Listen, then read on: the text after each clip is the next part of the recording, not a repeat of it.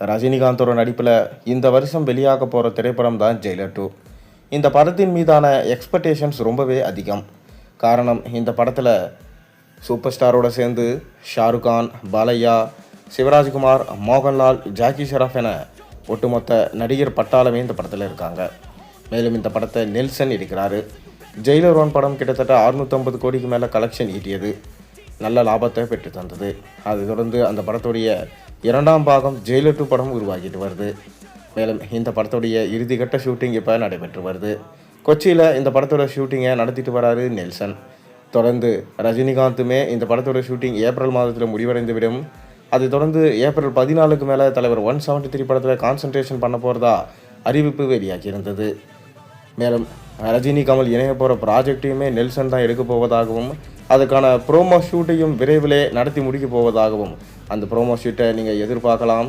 அதுக்கான டீசரையும் கூடிய விரைவிலே ரிலீஸ் பண்ணுவாங்க என சௌந்தர்யா ரஜினிகாந்த் கூறியிருந்தார். இது ரசிகர்களை ரொம்பவே எதிர்பார்ப்புட ஆக்கியது. அதைத் தொடர்ந்து ஜெயிலர் 2 படத்துடைய ட்ரெய்லர் குறித்து ஒரு சின்ன அப்டேட் கிடச்சிருக்கு. அதாவது ஜெயிலர் 2 படத்தில் ஷாருக் கான் கிட்டத்தட்ட 15 நிமிட காட்சிகளில் வரப்போகிறாரு என அறிவிப்பு வெளியாகி இருந்தது.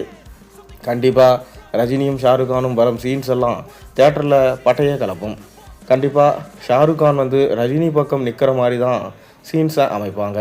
ஏற்கனவே கூலி படத்தில் அமீர் கானோட கேரக்டரை ரொம்ப மோசம் பண்ணிட்டு இருந்தார் நம்ம லோகேஷ். இதனாலே தான் பார்த்தீங்கன்னா லோகேஷ் குறித்த கேள்விக்கு சௌந்தர்யா ரஜினிகாந்த் படம் நல்ல படம் தான், ஆனால் அதை பற்றி என்கிட்ட கேட்காதீங்க அப்படின்னு சொல்லி அதை ஆஃப் பண்ணிட்டாரு. ஷாருக் கானுமே பார்த்தீங்கன்னா இப்போ கிங் அப்படின்ற படத்தில் நடிச்சிருக்காரு. கிங் படம் இந்த வருஷம் எண்டில் ரிலீஸ் ஆகும் என்று எதிர்பார்க்கப்படுகிறது.